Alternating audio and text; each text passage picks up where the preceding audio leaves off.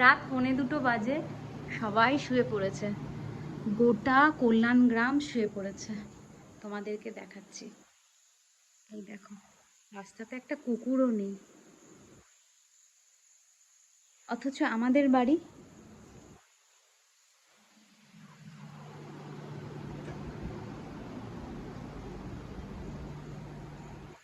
এই দেখো আমার সোনা জেগে আছে, এটা সোনা বাবা।